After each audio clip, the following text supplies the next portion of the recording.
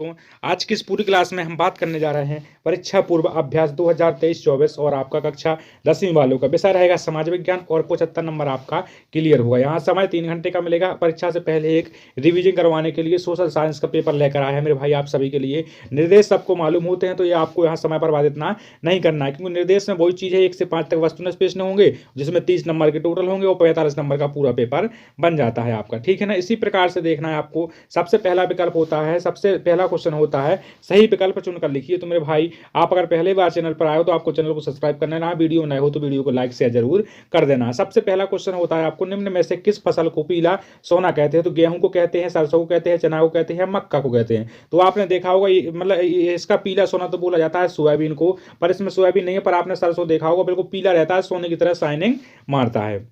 पूर्वी तट पर स्थित पतन को अंतः स्थानीय तथा अधिकतम गहराई का पतन है। तो इसका मतलब होता है विशाखापट्टनम। इसका आंसर होता है विशाखापट्टनम। इसका आंसर होता है विशाखापट्टनम। फिर देखना तीसरा होता है विश्वकोश नामक ग्रंथ की रचना किसने की थी? विश्वकोश नामक ग्रंथ की रचना करने वाले हैं दिदोरो। नंबर देखना है द्वितीय विश्व युद्ध के दौरान निम्नलिखित देशों में से किसे धुरी शक्ति माना गया? तो धुरी शक्ति माना गया है नत्सी को और जर्मनी को, जापान को और आपकी इटली वाले देशों को। ठीक है ना। पांचवा होता है शिक्षा किस सूची का विषय होता है? शिक्षा होता है समवर्ती सूची का विषय। औसत आय को अन्य किस नाम से जाना जाता है? तो औसत आय की तरह से। ठीक है ना। इस प्रकार देखना है आपको, सही विकल्प आपके क्लियर होते हैं। इस प्रकार आप आगे इंग्लिश मीडियम वालों का जो रहा पूरा सेशन, इसके साथ आते हैं रिक्त स्थानों की पूर्ति कीजिए। रिक्त स्थानों की पहली होती है वे संसाधन जो निर्जीव वस्तु से बने होते हैं, वे संसाधन कौन से संसाधन कहलाते हैं? तो वे कहलाते हैं अजैव संसाधन। इसका मतलब होता है अजैव इसका आंसर लिख देते हैं। इसी के साथ देखना छोटा नागपुर क्षेत्र में मुंडा और संथाल जनजातियों के पेड़ डॉट डॉट डॉट डॉट की पूजा करते हैं। तो किस पेड़ की पूजा करते हैं? वे करते हैं महुआ और कदम के पेड़ की। महुआ और कदम की पेड़ की पूजा करते हैं। महुआ और कदम के पेड़ की पूजा करते हैं। ठीक है ना। इसके साथ देखना है भारत के राजधानी उद्योग का एशिया महाद्वीप में तीसरा स्थान होता है। बेल्जियम डॉट डॉट महाद्वीप का एक छोटा सा नगर होता है। तो यूरोप महाद्वीप का छोटा सा एक नगर होता है। मानव विकास की रिपोर्ट डॉट डॉट संस्था जारी करती है। तो मानव विकास की रिपोर्ट करती है संयुक्त राज्य विकास। इसका आंसर होता है संयुक्त राज्य विकास इसका आंसर होता है। मनरेगा में डॉट डॉट दिन रोजगार दिया जाता है। तो इसमें 100 दिन रोजगार दिया जाता है। इस प्रकार आपके रिक्त स्थान भी कंप्लीट होते हैं। जिस भाई को समझ में ना आया हो तो वो भाई एक बार दोबारा इसको वीडियो को चलाकर देख लेगा। सत्य सत्य देखना भाई, मेरे टाइम बहुत ज्यादा कम है आपके पास और हमारे पास भी। पहला सत्य सत्य होता है निछालन से बनी मृदा लेटेराइट कहलाती है। बिल्कुल कहलाती है। भारत चीन के बाद चावल में सबसे बड़ा उत्पादन देश होता है। ठीक है ना। फिर देखना है भारत चीन के बाद सबसे बड़ा उत्पादन क्षेत्र है चावल के क्षेत्र में। 1953 में वायु परिवहन का राष्ट्रीयकरण किया गया था। नहीं है तो आपका चंडीगढ़ केंद्र शासित प्रदेश नहीं होता है। ठीक है ना। फिर देखना है खुली बेरोजगारी को छिपी बेरोजगारी भी कहते हैं। बिल्कुल नहीं कहते हैं। खुली बेरोजगारी को छिपी बेरोजगारी क्यों कहेंगे? नहीं कहेंगे। भारत में करेंसी नोट भारतीय स्टेट बैंक द्वारा जारी होते हैं। तो भारतीय स्टेट बैंक के द्वारा ही जारी होते हैं भारत के अंदर। देखना है जोड़ी होती है रबड़ का सबसे बड़ा राज्य केरल होता है। दूसरा होता है उगते सूरज की किरणें, उगते हुए सूरज की किरणें होती हैं आजादी मिलना। ठीक है ना।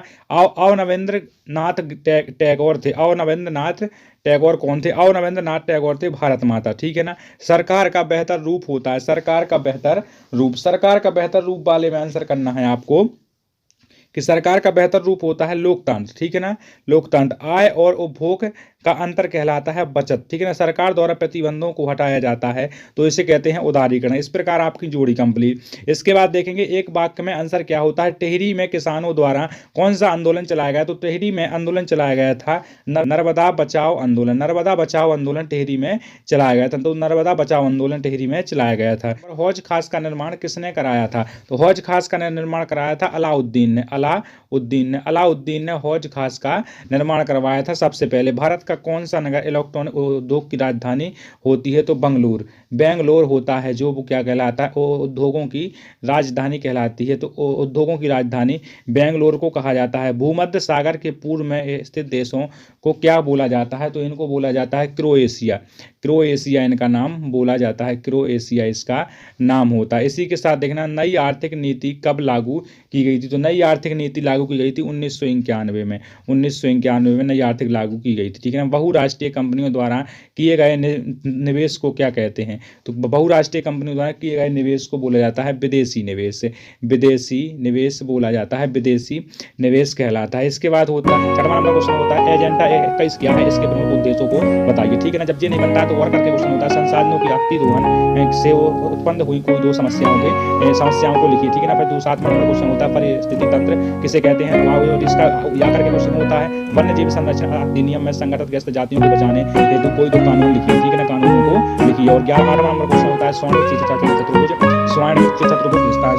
चतुर्भुज महाराजमार्ग की कोई विशेषता बताना है। जब ये नहीं बनता है तो देखना है देश की पहली रेलगाड़ी कब और कहां तक चलाई गई थी। ठीक है, इसके बाद देखना 9वां नंबर होता है कच्चे माल के आधार पर उद्योग के प्रकार कितने होते हैं, तो सूचना प्रौद्योगिकी किसे कहते हैं ये बताना है। 10वां नंबर होता है चंपारण सत्याग्रह कब और कहां चलाया गया, हमको कि अल्लूरी सीताराम राजू कौन थे। और इसके बाद 11वां नंबर क्वेश्चन होता है यूरोप में सब लोगों के जीवन पर आलू का क्या प्रभाव पड़ा, तो यूरोप में सब लोगों के जीवन पर आलू का क्या प्रभाव पड़ा। कौन सी फसल भारत में उगाई जाती है और अंग्रेजों द्वारा चीन को क्यों बेची जाती है। ठीक है ना, फिर देखना है बेलम क्या है और खगोल शास्त्र किसे कहते हैं। इसके बाद गुटेनबर्ग की छपी पुस्तक बाइबल की कोई दो विशेषताएं बताना। पांडुलिपियां क्या होती हैं, पांडुलिपियां को बता देना है। ठीक है ना, फिर देखना है दो में से कोई एक हो जाएगा। 14वें नंबर में दो क्वेश्चन होते हैं नारीवादी आंदोलन क्या होता है, या फिर महिलाओं का राजनीति के प्रतिनिधित्व से क्या तात्पर्य होता है जी। 15वें नंबर में फिर से दो क्वेश्चन होते हैं जवाबदेही सरकार क्या होती है, वैध सरकार किसे कहते हैं। 16वां नंबर में फिर से दो होते हैं संगठित क्षेत्र के कोई दो लाभ बताइए, या कार्यों के आधार पर अर्थव्यवस्था को कितने भागों में विभाजित किया गया है ये बताइए। 17वां नंबर क्वेश्चन होता है मुद्रा के अर्थ को समझाइए और वस्तु विनिमय से क्या आशय होता है। आपको देखना है कांडला समुद्री बंदरगाह की कोई तीन विशेषताएं बताना। जब ये नहीं बनता तो यातायात और संचार के साधन देश के प्रौद्योगिकी विकास में किस प्रकार सहायता करते हैं। देखिए 19 ब्रिटेन की महिला कामगारों ने स्टीफनी जेनी पर हमले क्यों किया गया था, या पर नहीं बनता फिर औद्योगिकरण का आशय क्या होता है। संघीय शासन व्यवस्था की विशेषता नहीं बनती है तो क्षेत्रीय वितरण क्या होता है समझाइए। इसके बाद 21 नंबर में दो क्वेश्चन होते हैं साइमन कमीशन का गठन क्यों किया गया और भारतीयों में इसका विरोध क्यों किया गया। ठीक है, सविनय अवज्ञा आंदोलन से क्या आशय होता है कारण समझाइए। ठीक है ना, फिर देखना है राजनीति दल के प्रमुख कार्यों का वर्णन देखना, राजनीतिक दलों के समक्ष क्या चुनौतियां हैं समझाइए। फिर आता है आखिरी क्वेश्चन और इसी क्वेश्चन के बाद होगी क्लास का अंत, तो आप सभी को चैनल को सब्सक्राइब कर लेना। 23वां नंबर क्वेश्चन होता है भारत और मानचित्र बताइए क्या होता है। पहला होता है रानीगंज कहाँ है, झमिया कहाँ है, झरिया कहाँ है और कोरबा कहाँ है, सिंगरौली कहाँ है। घर का मैप मिलेगा आपको इस इंडिया के मैप में, इन दोनों मैप में से कोई एक को भर देना। इसी प्रकार से आपका पूरा होता है पेपर खत्म। अगर किसी भाई को भी थोड़ी दिक्कत गई हो मेरे प्यार में थोड़ी बहुत भी, तो वो प्यारा सा कमेंट कर सकता है और सबको कमेंट करना है प्यारा सा। अगर आप चैनल पर पहली बार हो तो चैनल को सब्सक्राइब कर लो और हम इसी प्रकार से मिलेंगे अगली वीडियो में। तो सभी भाइयों को दिल से धन्यवाद। जय हिंद, जय भारत, वंदे मातरम।